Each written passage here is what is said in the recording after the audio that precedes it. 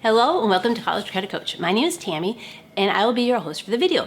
At College Credit Coach, we are striving to help kids of any age earn college credit before they ever take a college course. If you've been on my video, if you've seen my YouTube videos, then you know how this process works. CLEP is called College Level Exam Program, and then there's the DSST programs. Both of these programs, you can study a subject, master the subject, and then take a test. And if you score like a 50 or higher on that test, some colleges will give you college credit. You just transfer in those tests and they'll give you college credit. So my kids have been on this journey of earning college credit through CLEP and DSST tests. And today I want to talk to you about how to deal with failing one of these CLEP or DSST tests. Now, some people will just go out and they'll take a CLEP or a DSST test just kind of a whim to see if they can pass it. They won't study, or maybe they'll study a day or two. And depending on their knowledge and their background, maybe they're able to pass that test. For me and my kids, we are in high school, junior high and high school, I should say. And so a lot of times this is maybe their first exposure to a subject. In my philosophy of homeschooling, we are learning a subject really well. We're learning it once, we take a test, and then we move on to the next subject. So from 7th to about 10th grade, that's what we're doing. We're preparing for CLEP and DSST programs all the time, or tests. CLEP and DSST tests all the time. We are studying it hard, we're studying it one time, and we're moving on. So if you just go out and take the test, a CLEP test or a DSST, and you pass, and you're like, woohoo! Or if you fail and you're like, oh well, I'll just try it again. That's great and fine. For my kids, when they have studied and worked so hard and then they fail a test, it's really quite devastating and discouraging.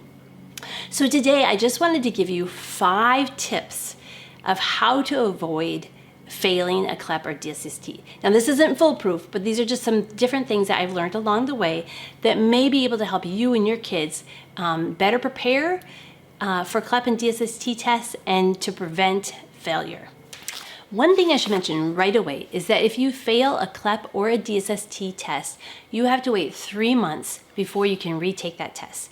So that does make a big difference in how you approach it. To us, it makes a big difference on how we approach something. If we're going to take the test or if we're going to put it off and wait a little bit to better prepare for the test. So just something to really consider is that if you do fail the test, you have to wait 3 months before you can retake it.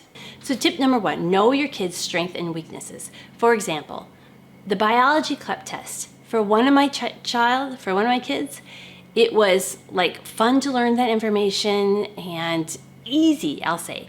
For the next child, it was very difficult, and it was one that the child failed. And so I needed to know that this child will excel in this subject and be able to really pass the test probably pretty easily. And this other child, they'll need some more study, some extra study, some maybe videos, they have a different learning style, so they'll need some different resources really to help them pass. The night before my child, the one that failed the test, the night before they took the biology test, they were struggling with some key concepts in biology. And it should have been kind of a red flag to me to say, okay, wait, we'll just put off this test, we'll study some more things, and then we'll pass. Well, at this point, nobody had failed a test yet, so I thought, well, it'll be okay. We'll be able to pass. We've passed all the other ones, right?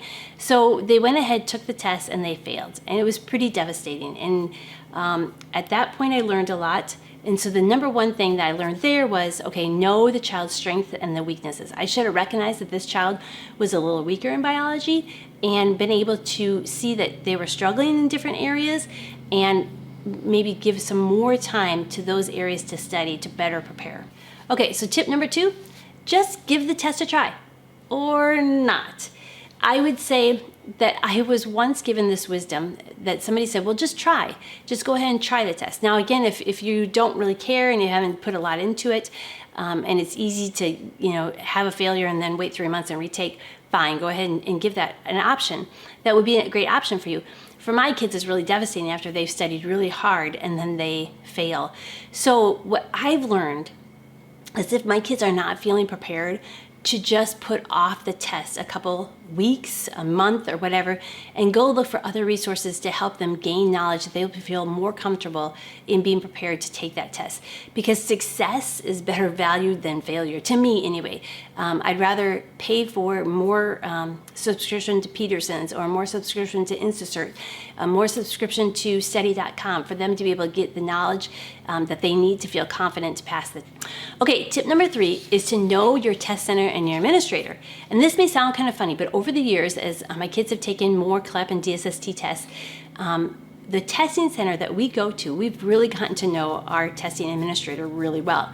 And now I feel comfortable calling her up and saying, okay, my kids aren't prepared, or I need another week, or I need another 2 weeks to move back the tests so that my kids can prepare and feel better prepared and more confident that they'll be able to pass the test. So having a good working relationship with my testing center and administrator has been just great for us. In fact, every time we walk in now, my testing center coordinator will go, whoo, or if when I come to pick up the kids, or when the kids come out and they've passed, she gets all excited. Like, she celebrates with us. It's just tons of fun. So she's like my kids' biggest cheerleader. It's a lot of fun.